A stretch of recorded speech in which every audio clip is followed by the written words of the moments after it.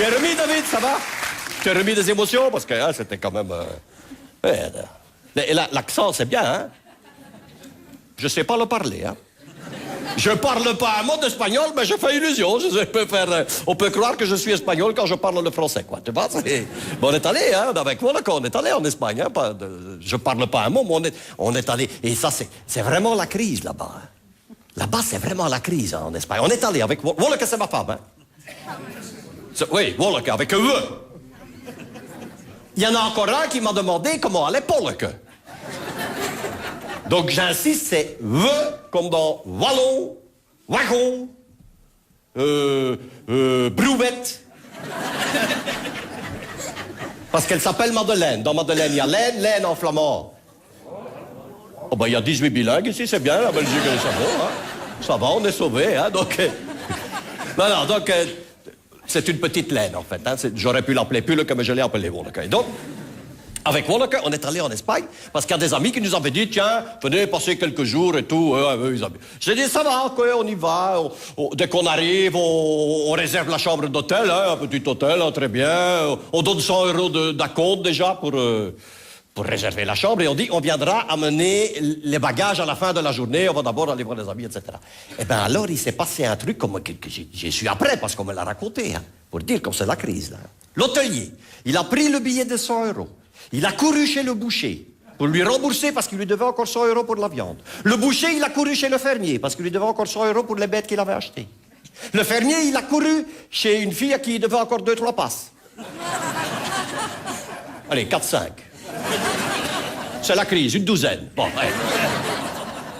Il n'y a pas d'enfant, hein, donc ça va. Comment tu t'appelles, ma chérie? Stéphania. Comment? Stéphania. Stéphania. Voilà. Tu as quel âge? 9 ans. 9 ans.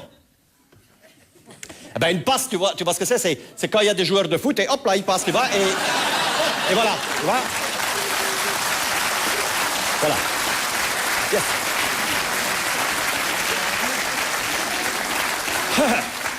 Ça va pas être facile tout le temps, mais on va essayer. Hein, Donc Stéphania, tu vois, hein, donc, c'est parce qu'il lui disait tout le temps, parce qu'il joue au foot ensemble, passe, elle n'avait pas passé, donc elle lui devait encore une douzaine de passes.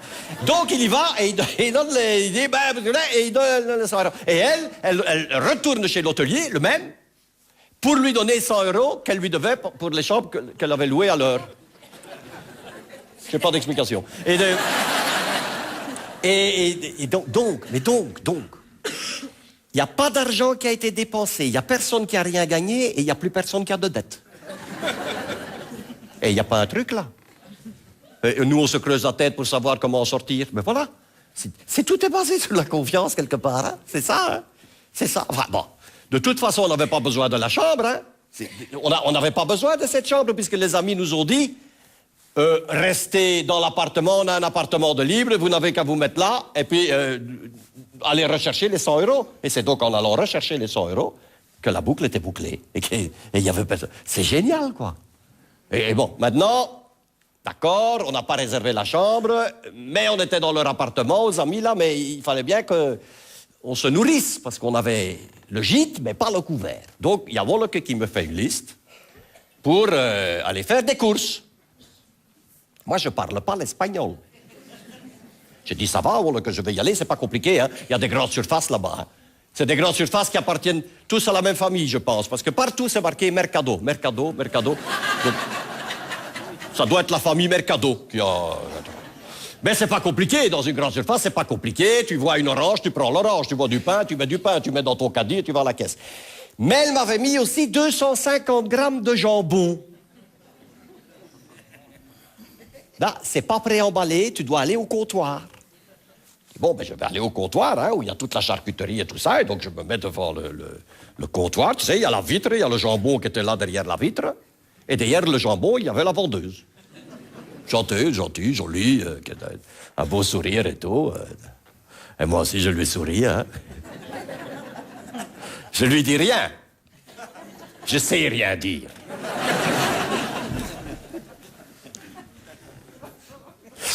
Je dis, on verra bien qui va craquer le premier, hein.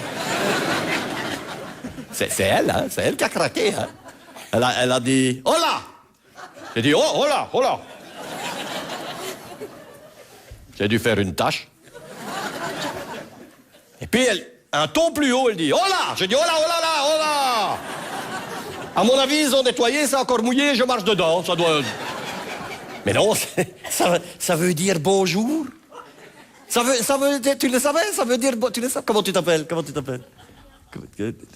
Dominique, ça veut dire bonjour. Tu le savais, toi? Ah, toi, tu le savais. La prochaine fois, tu viens avec moi. Ça va?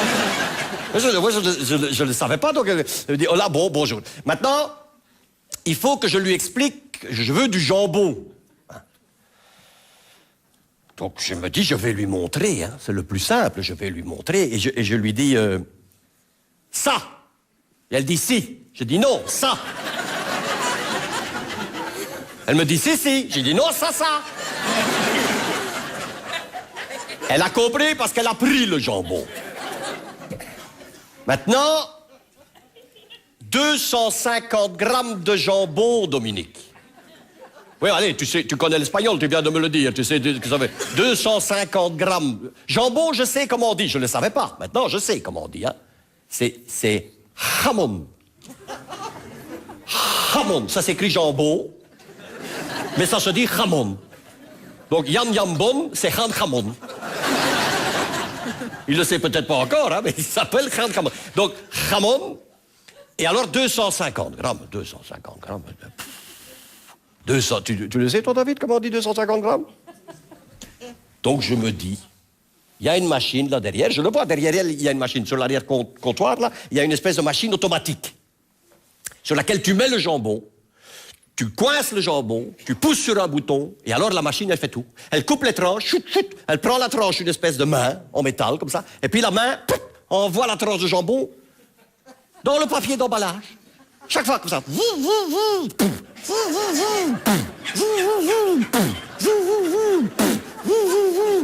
Et ça ne rate jamais, hein. Toi, tu te dis, tu regardes, tu dis, elle va en envoyer une à travers le magasin. Non?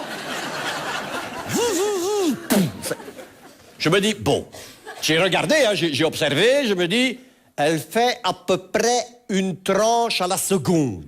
Une tranche de jambon, c'est 15-20 grammes. Hein? On va dire 17 grammes et demi, donc 17 grammes et demi, si j'ai 15 tranches, j'ai 162 grammes et demi. Non, 200, enfin, à peu près mes 250 grammes. Oui, 200, voilà, à peu près, tu vois? Vous avez calculé? Ça fait à peu près ça. Heureusement que vous n'avez pas calculé. Mais... Donc, je me dis, je lui dis, surtout en lui montrant, hein, je dis, ça, sur la machine, là-bas, pendant 15 secondes. Ça va? Elle me dit, si. Je dis, c'est ça. OK. Je vais faire mes autres courses et je reviens. Donc, je vais faire toutes les autres courses, toute la liste. Je reviens une demi-heure après et elle me donne mon paquet de jambon. 14 kilos 620 grammes. 14 kilos 620 grammes. J'ai pas respecté pour les 20 grammes, hein. On a bouffé du jamon. Matin, jamon. Midi, jamon. Soir, jamon. La nuit, on se levait pour chanter Ramona. Alors là, on en avait jusque-là du Ramon. Et alors, il y a Raoul, mon beau-frère. Hein. Il était avec nous, ça, c'est un imbécile. Il y a le Raoul qui me dit, mais pourquoi tu n'as pas montré le papier sur lequel c'est écrit 250 grammes? Imbécile.